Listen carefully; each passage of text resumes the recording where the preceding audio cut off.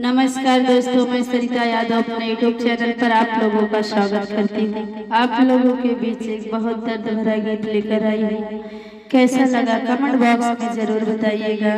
और ये पत्नी को बेटा नहीं होता है, सब लोग उसको ताना मारते हैं, यहाँ तक कि उसके पति भी ताना मारते हैं और पति भी रूठ जाते हैं पत्नी से। तो पत्नी के बोल के माध्यम से सुनिए एक पत्नी क्या विलाप कर रही है।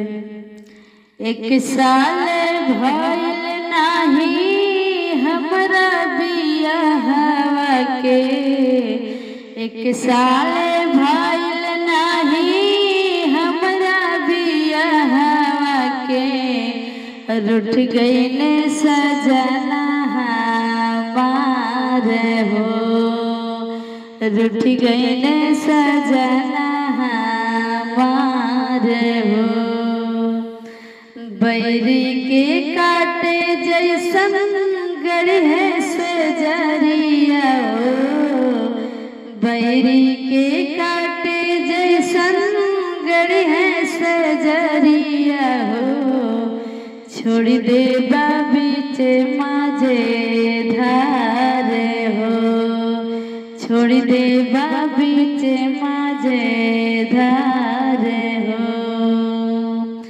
तू ही सजनवा हमरे बुझने के तनवा मरबा, तू ही सजनवा हमरे बुझने के तनवा मरबा, सब मरे हैं गाँव जवार हो, सब मरे हैं गाँव जवार हो।